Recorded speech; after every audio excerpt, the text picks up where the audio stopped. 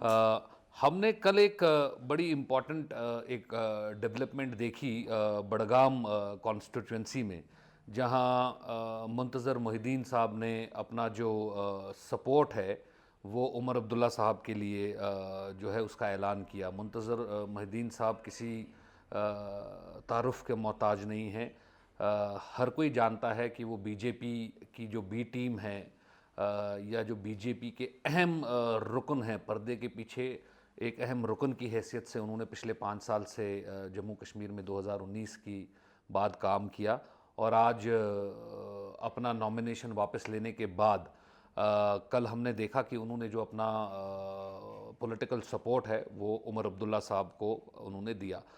सबसे अहम चीज़ इसके अंदर ये है कि जिस कॉन्स्टिट्यूंसी, जिस इलाके से उन्होंने ये सपोर्ट दिया है, उसी इलाके के रहने वाले हमारे श्रीनगर पार्लियामेंट कॉन्स्टिट्यूंसी के सिटिंग एमपी आगा रहुला साहब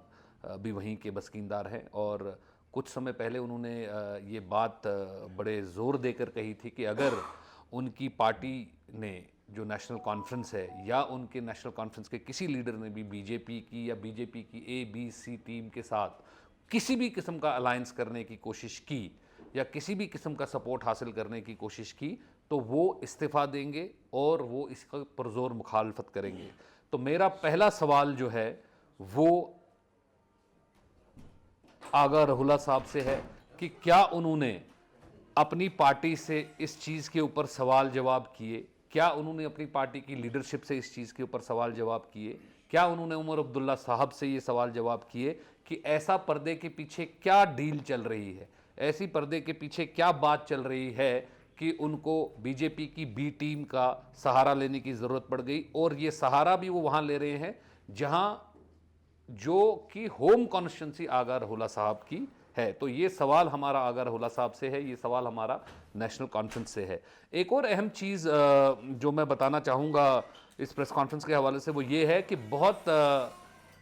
जोर देकर ये बात नेशनल कॉन्फ्रेंस के लीडरों के हवाले से की जा रही है कि हम 370 को वापस बहाल करेंगे, 370 की या 35A को वापस बहाल करेंगे। मैं समझता हूँ कि उनके 2 मेंबर पार्लियामेंट पार्टी के उनके इस टाइम पे जो है पार्लियामेंट के अंदर मौजूद हैं। और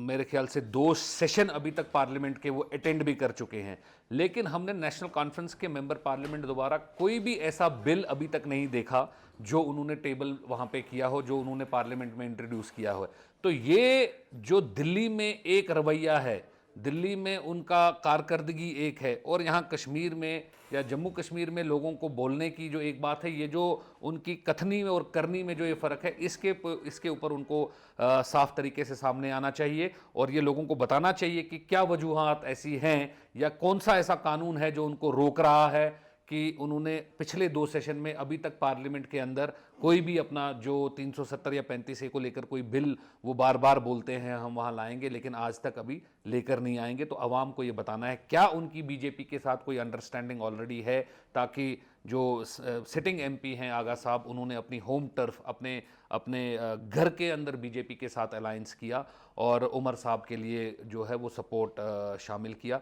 और दूसरा जो 370 और 35A की बार बार वो जम्मू कश्मीर में बात कर रहे हैं, उसके ऊपर अभी तक उनके 2 सिटिंग एमपीज़ ने, चाहे वो